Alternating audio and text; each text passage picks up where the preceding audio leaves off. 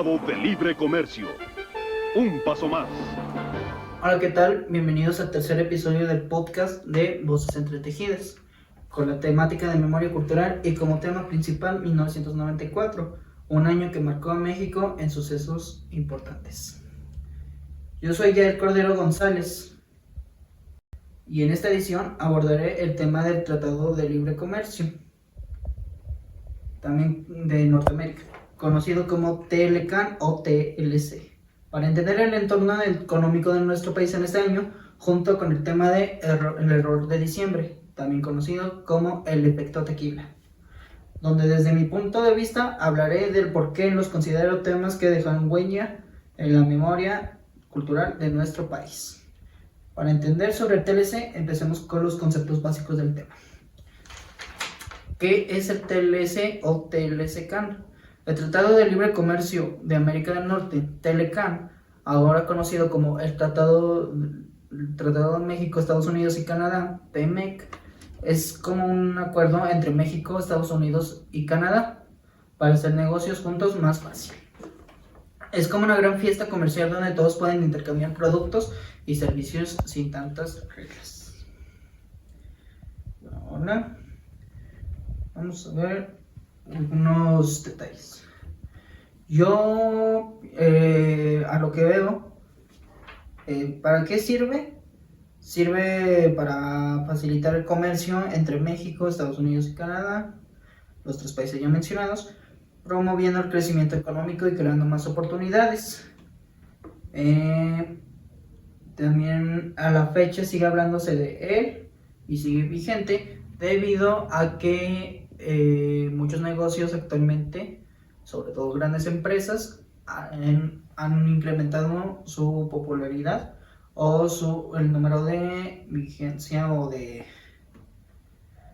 compradores. Bueno, los invito a ver la colaboración del periodista Enrique Cordero Pérez. Adelante.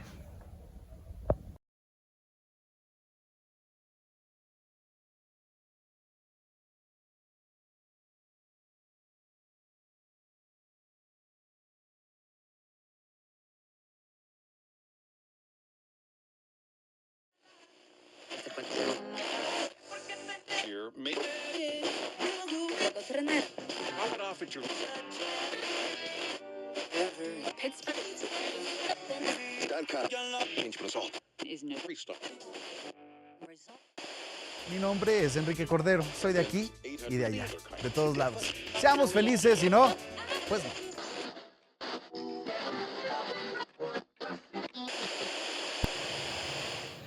Hola, ¿qué tal? ¿Cómo están todos ustedes? Los saludo con muchísimo gusto, saludo a Yael, felicidades por este proyecto, por este podcast que es Voces Entretejidas, y saludo también con muchísimo gusto a los profesores, a los alumnos y a toda la audiencia que nos están siguiendo a través de las redes sociales del Instituto de Educación Monreal Sandoval. Un saludo y un abrazo muy fuerte hasta el Mineral de Fresnillo. Pues bueno, primeramente para dar continuidad a todos estos temas que han tratado en los episodios anteriores, sobre todas las cosas importantes que acontecieron a partir de 1994 en el escenario nacional, que también tuvo influencia desde lo internacional y hasta lo internacional, porque tanto entraron cosas como salieron cosas también desde México. Pues bueno, ahora vamos a tratar un tema muy interesante que fue pues prácticamente un parteaguas en la historia de nuestro país. Estamos hablando de dos temas que pudieran estar relacionados entre sí, sin embargo la falta de esta relación hizo que actualmente haya dos condiciones muy importantes, que es la migración para México y por supuesto los tratados de comercio, porque en 1994 se puso en marcha el Tratado de Libre Comercio de América del Norte, que estableció una zona libre de comercio entre Estados Unidos, Canadá y México.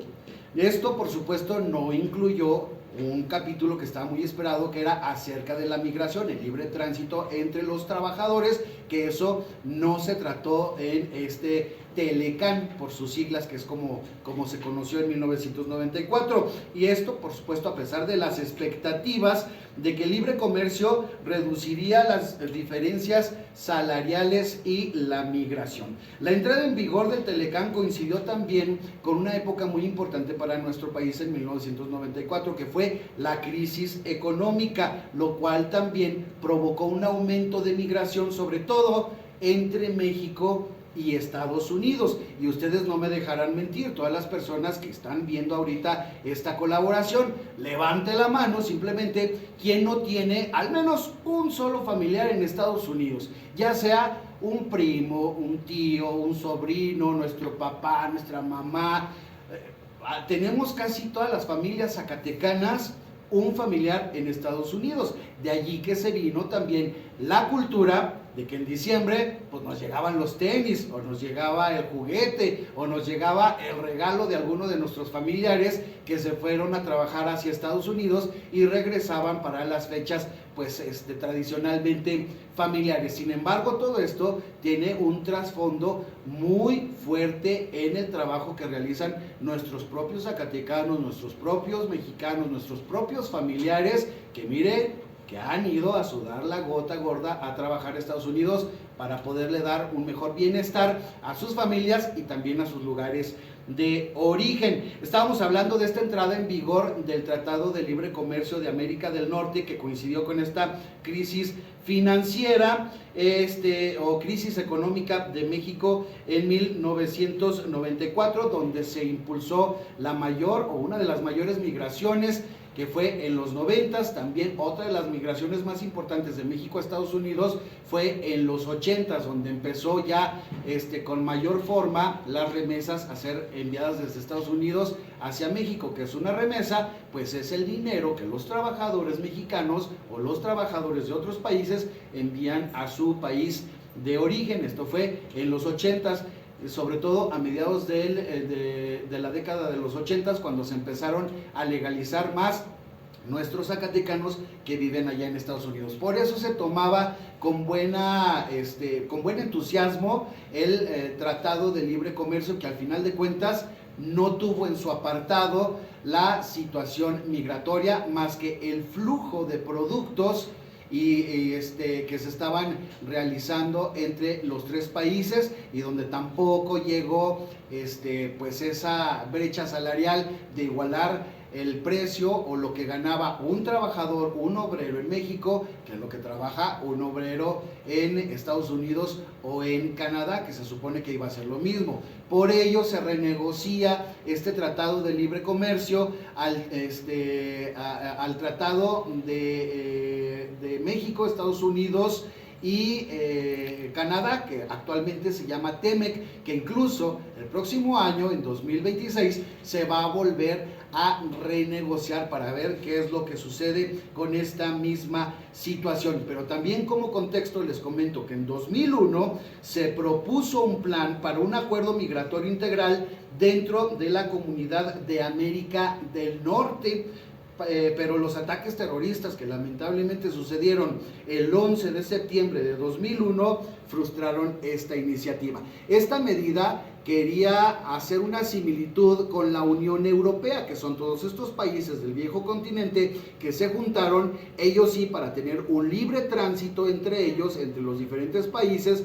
y también de sus productos y la comercialización de lo mismo, que no se ha logrado actualmente aquí en América. Ahorita los mexicanos que emigran hacia Estados Unidos ya lo hacen en su mayoría de manera legal, pero existe otra situación migratoria, que es todos los que vienen de América del Sur, América Central y por supuesto de otros continentes que pasan desde el sur de México hacia el norte con la frontera de Estados Unidos, pues que ellos también emigran de manera ilegal, y estas han sido pues unas acciones controvertidas para el actual gobierno de Estados Unidos que encabeza Donald Trump. Así es que ahorita estamos prácticamente a la misma expectativa que en aquel 1994, con esta situación de ver qué es lo que va a pasar con el nuevo tratado comercial o con la renegociación, y para saber si ahora sí se detiene un poquito más la migración irregular. Y también quiero dejar el mensaje bien claro: no hay que criminalizar a los migrantes. Recordemos que todos, gracias a la migración,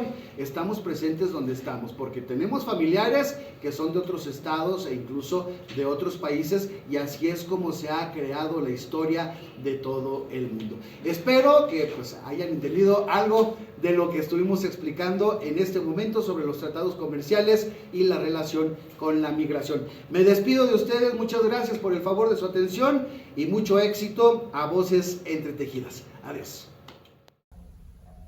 Gracias, Enrique. En mi opinión, este tratado ha favorecido gracias a las empresas. Lo bueno, que muchas empresas han crecido debido a que compradores se fijan más en estas empresas. En lo malo, que las empresas pequeñas, como por ejemplo lo que son las tienditas de la esquina, el puesto de verduras del señor, no pueden competir contra empresas grandes como lo son Walmart, todas esas. Por lo que, como resultado final, para despedir este tema, opino que es importante saberlo para así tener más desarrollo cultural, económico también. En resumen, el Telecan es un acuerdo que facilita el comercio entre los tres países ya mencionados, promoviendo el crecimiento económico y creando más oportunidades entre tres lugares distintos, sobre todo para así incrementar la economía.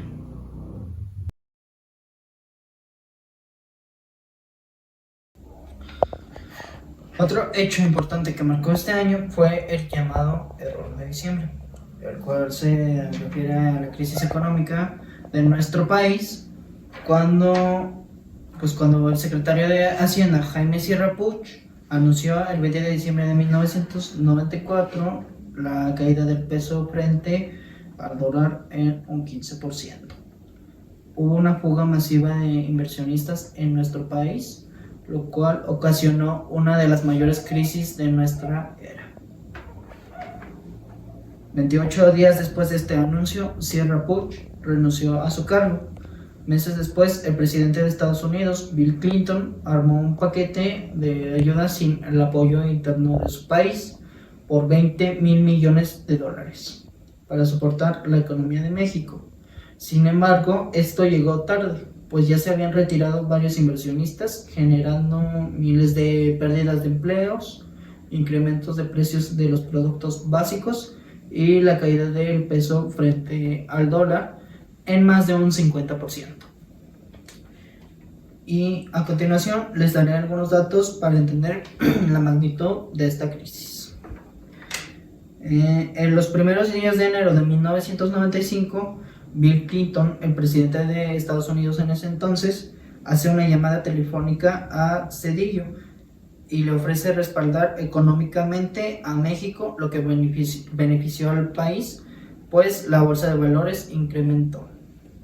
Entre 1994 y 1995, el Instituto Mexicano de Seguro Social reportó 600,000 empleos formales perdidos y la tasa de desempleo cerró en 6.10%.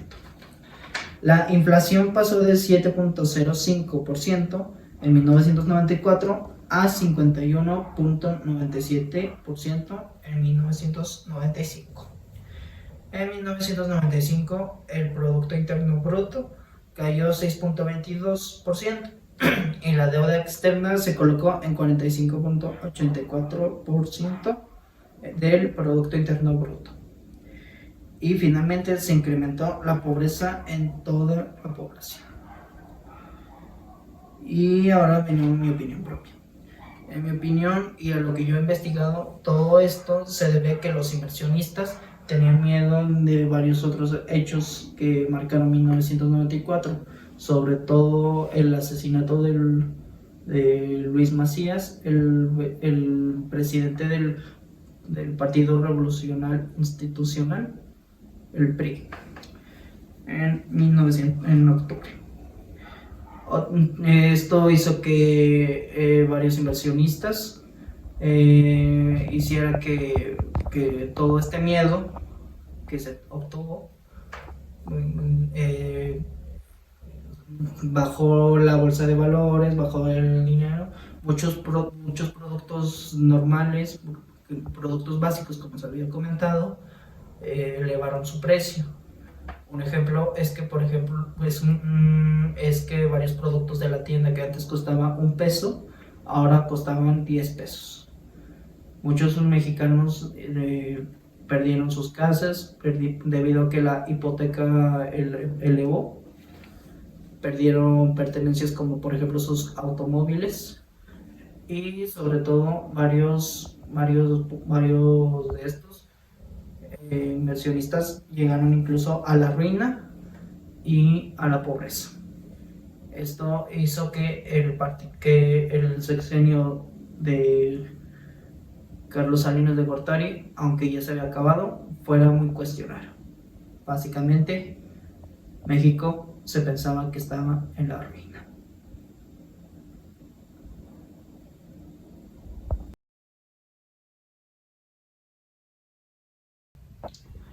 Para cerrar tema, último punto: el Mundial de Fútbol Estados Unidos 94. El Mundial de Fútbol de la FIFA, cuya sede fueron en los Estados Unidos de América, recibió por primera vez en su historia tan importante evento deportivo de nivel mundial. Siendo un país en el que este deporte no es tan dominante y popular como lo es en México, sirvió como válvula de escape a sucesos estresantes en el país durante la justa de verano.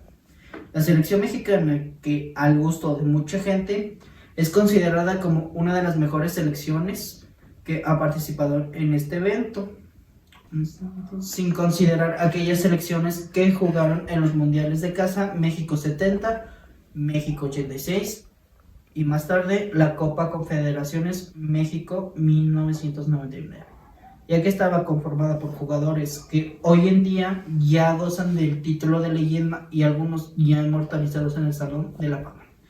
Personajes como Hugo Sánchez, Luis García, Jorge Campos, Luis Roberto Alves Sague, Nacho Ambriz, Benjamín Galindo, Carlos Hermosillo, quienes ante selecciones con las que compitieron grupos generaron una esperanza de éxito que no se respiraba en el país, dado el ambiente de incertidumbre que generaron los acontecimientos de la vida política. Hablamos del asesinato del candidato presidencial y el levantamiento armado en el sur del país. La fase de grupos enfrentó a México contra Noruega, perdiendo 1-0. México contra Irlanda, ganándole 2-1. Y cerrando esta fase contra un gran favorito, quien venía de tener su mundial en casa de la selección de Italia, con quien, al ser un equipo europeo de renombre México, logró un empate 1-1, que se festejó con mucho entusiasmo. México logra avanzar a la siguiente ronda como primer lugar de su grupo. Un grupo de selecciones de Europa que por lo general se le considera de mejor nivel deportivo.